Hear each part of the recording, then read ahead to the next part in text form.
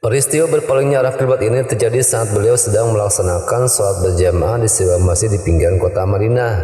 Untuk mempertahankan bukti sejarah hingga kini masjid tersebut masih mempertahankan dua mimbar, yaitu menghadap ke Ka'bah dan satu lagi menghadap ke Baitul Maqdis dan disebut dengan Masjidul Qiblatain atau dua kiblat.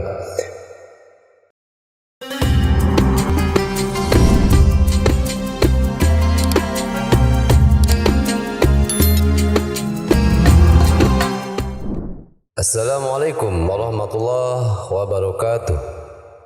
Selamat datang dan berjumpa kembali dengan kami, channel Kilas Doa, sebuah channel yang selalu menghadirkan konten-konten edukasi Islami khususnya tentang doa-doa. Insya Allah pada kesempatan berbagi ini Kilas Doa akan membahas tentang masalah arah kiblat dan semua hal yang ada hubungannya dengan penunjuk arah kiblat seperti kompas kiblat, kiblat kompas, arah kiblat salat dan cara menentukan arah kiblat. Namun bagi sahabat semua, tidak ada salahnya untuk menyimak kembali ulasan menarik dari video lain dari channel Kilas Doa ini, seperti tentang rukun haji. Baiklah sahabat Kilas Doa, silakan tekan dulu tombol notifikasi, subscribe, komen, dan share channel Kilas Doa ini, dan terima kasih bagi sahabat semua yang sudah bergabung dengan kami. Sahabat Kilas Doa, kewajiban menghadap kiblat atau Ka'bah ketika sholat disepakati oleh jumhur ulama. Bahkan semua mazhab menegaskan bahwa menghadap kiblat merupakan syarat sahnya sholat. Namun yang menjadi pertanyaan, apakah kewajiban menghadap kiblat itu hanya arahnya saja atau harus sesuai menghadap persis ainul Ka'bah? Nah, jumhur ulama kecuali Imam Syafi'i sendiri berpendapat bahwa yang diwajibkan itu cukup dengan menghadap arah Ka'bahnya saja. Berbeda halnya dengan pendapat Imam Syafi'i bahwa wajib baginya menghadap Ka'bah. Nah, untuk lebih jelasnya yuk kita simak bersama-sama. Pembahasan pertama, kita akan membahas tentang aturan menghadap arah kiblat dalam sholat. Salah satu syarat sah sholat ialah menghadap kiblat. Arah kiblat umat Islam seluruh dunia ialah Ka'bah yang berada di Mekah Al-Mukarramah. Seorang yang tidak menghadap ke kiblat saat sholat dihukumi tidak syah kecuali dalam dua kondisi, yakni ketika sholat khauf dan sholat sunnah yang dilaksanakan di atas kendaraan. Hal ini dinyatakan oleh Imam Abu Ishaq Ibrahim bin Ali bin Yusuf Al-Fayruzabadi Asy-Syairazi dalam kitab Al-Muhadzab fi Fiqh Al-Imam Syafi'i juz 1 halaman 129, yang artinya menghadap kiblat merupakan salah satu sholat kecuali dalam dua kondisi, yakni ketika kondisi teramat bahaya seperti perang berkecamuk dan sholat sunnah yang dikerjakan saat perjalanan. Masih menurut Imam Abu Ishaq, pada kitab tersebut, yaitu pada juz 1 halaman 129 sampai 130, ada dua kondisi terkait menghadap kiblat yang nanti akan memberikan konsekuensi hukum yang berbeda, yakni apabila ia berada di dalam bait atau Masjidil Haram, maka wajib baginya menghadap ain kiblat. Apabila ia tidak berada di dalamnya, maka dilihat dulu. Jika ia tahu arah kiblat, maka sholat menghadap arah tersebut. Jika ada seorang terpercaya mengabarinya, maka terima kabar tersebut dan tidak perlu berijtihad lagi. Jika ia melihat sekumpulan muslimin di suatu tempat sholat menghadap ke sebuah arah, maka ia tidak perlu berijtihad, karena hal itu sama saja seperti sebuah kabar. Nah, jika tidak ada sesuatu apapun, maka dilihat dulu. Jika ia adalah seseorang yang bisa menangkap pertanda, sedangkan kondisinya jauh dari kota Mekah, ia mesti berijtihad mencari arah kiblat menggunakan metode bisa dari melihat matahari, bulan, bintang, atau arah angin bertiup.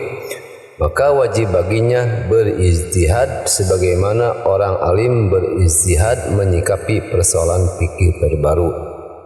Nah, dari istilah atau tabir di atas bisa dipahami bahwa jika seseorang berada di dalam Masjidil Haram, maka yang dihadap olehnya haruslah benda atau Ka'bah itu sendiri. jika ia berada di luar Masjidil Haram, termasuk di wilayah Indonesia atau negara lainnya selain Mekah, selain kota Mekah, maka cukup menghadap arahnya saja.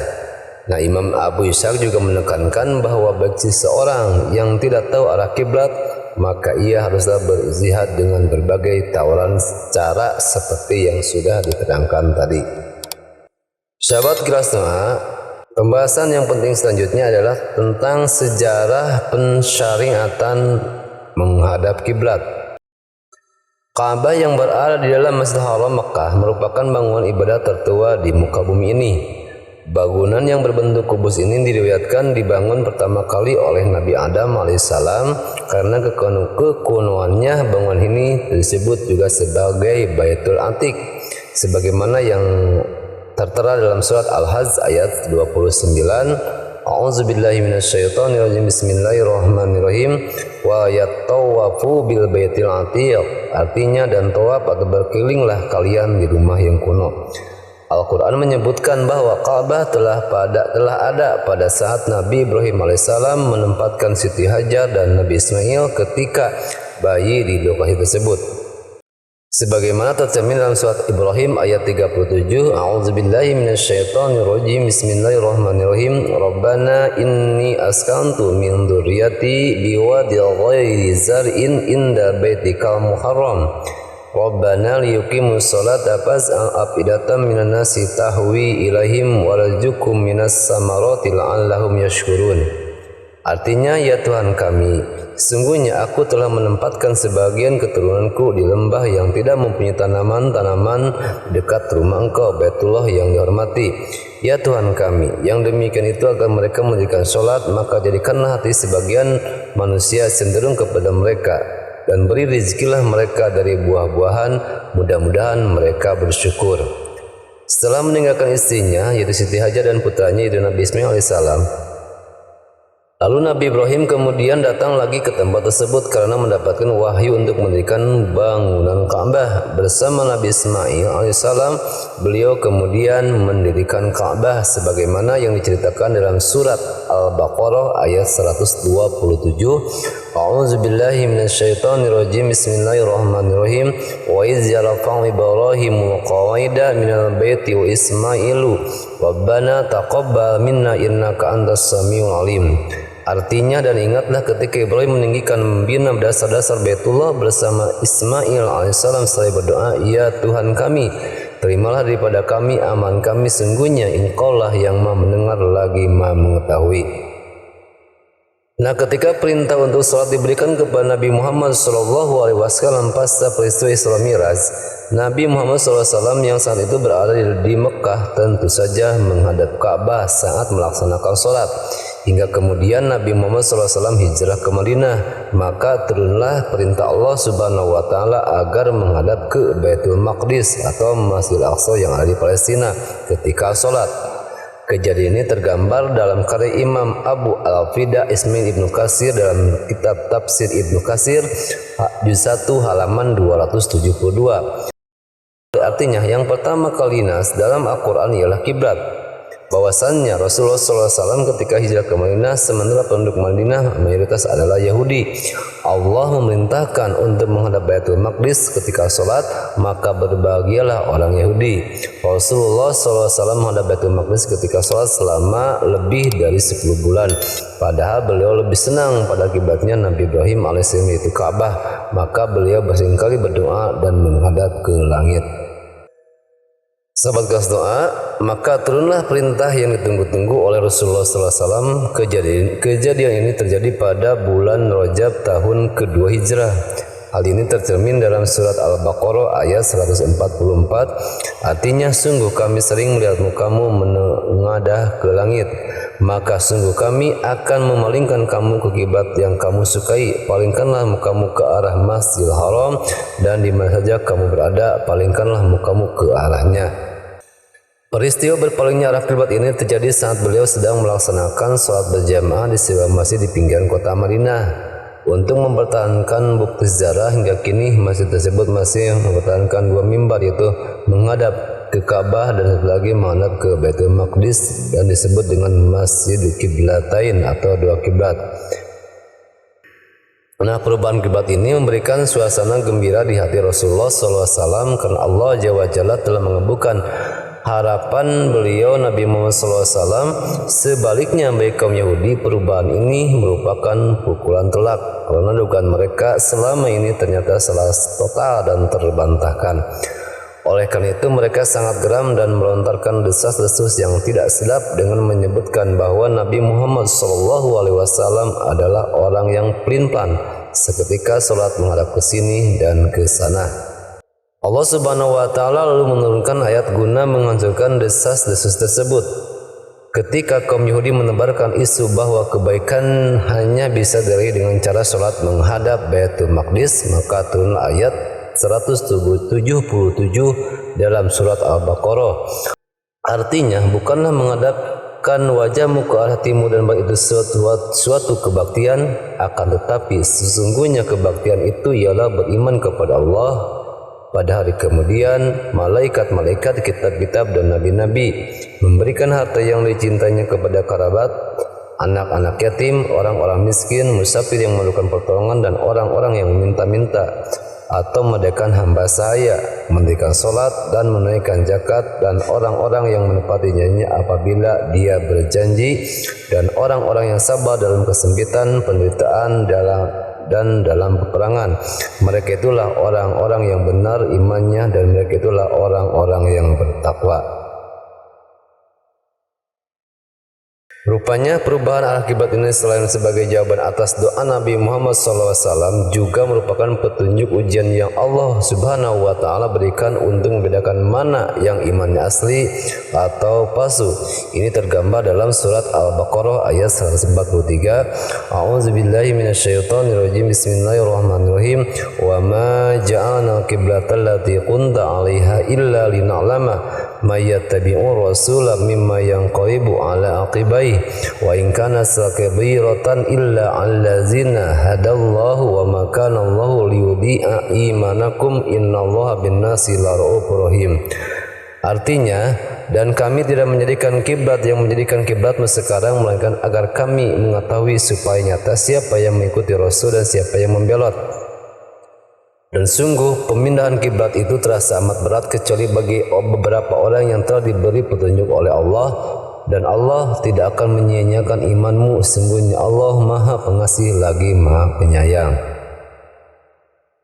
Sahabat Rasulullah, setelah kita mengetahui tentang sejarah pensyariatan menghadap kiblat, selanjutnya pembahasan tentang cara pastikan arah kiblat pada sore ini atau pada hari ini. Hal ini bisa dilihat dari posisi matahari pada suatu hari. Sebagai salah satu contohnya, ketika yang terjadi matahari pada hari Jumat tanggal 15 bulan 7 tahun 2022. Pukul 12:27 waktu Arab Saudi atau WAS berada tepat di atas Ka'bah. Akibatnya semua bayangan yang dihasilkan dari cahaya matahari itu akan tepat mengarah ke kiblat.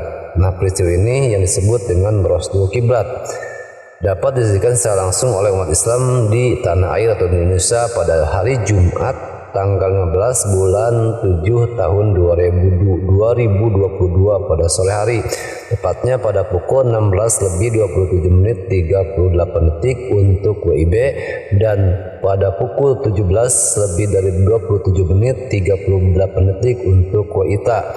Hal ini menjadi kesempatan penting bagi umat Islam untuk memastikan arah kiblat rumah, musola atau masjidnya tepat mengarah ke Ka'bah. Nah, sahabat Rasulullah, adapun cara menentukan ketepatan arah kiblat bertepatan dengan peristiwa ini cukup mudah untuk dilakukan. Apa saja? Yang pertama, perlu disiapkan bandu atau pendulum atau tonggak atau benda yang dapat terpasang secara tegak lurus. Nah, saat terostul kiblat terjadi, maka kita cukup mencari benda yang terpasang tegak lurus paras air setempat sebagai acuan. Misalnya sudut bangunan, atau yang paling sempurna adalah beban pendulum atau lot yang digantung pada tali.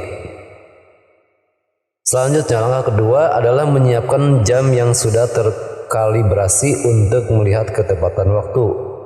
Untuk hal ini cukup menggunakan jam yang ada pada gawai masing-masing. Bahkan juga membutuhkan jam yang sudah terkalibrasi, misalnya jam digital dalam gawai pintar kita. Selanjutnya, tinggal menunggu waktu pukul 16:27 untuk WIB dan pukul 17:27 untuk WITA untuk melihat bayangan daripada benda yang sudah disiapkan di awal. Bayangan itulah arah kiblat yang tepat mengarah ke Ka'bah. Nah, tepat pada jam terjadinya Rasul kiblat, maka tandai bayang-bayang benda tersebut di tanah. Bayang-bayang tersebut akan sama dengan arah kiblat setempat. Nah, dalam kondisi Rasul kiblat, setiap benda yang terpasang tegak lurus pada air di kota Mekah akan kehilangan bayang-bayangnya. Sebaliknya, bayang-bayang dari benda yang sama di luar kota Mekah dan sedang tersinari matahari akan tepat sama dengan arah kiblat setempat. Itulah sebabnya mengapa Rasul kiblat menjadi salah satu metode terakurat dalam mengukur arah kiblat. Sahabat Ikhlas Doa, demikianlah ulasan menarik dan singkat tentang kompas penunjuk cara menentukan arah kiblat salat online.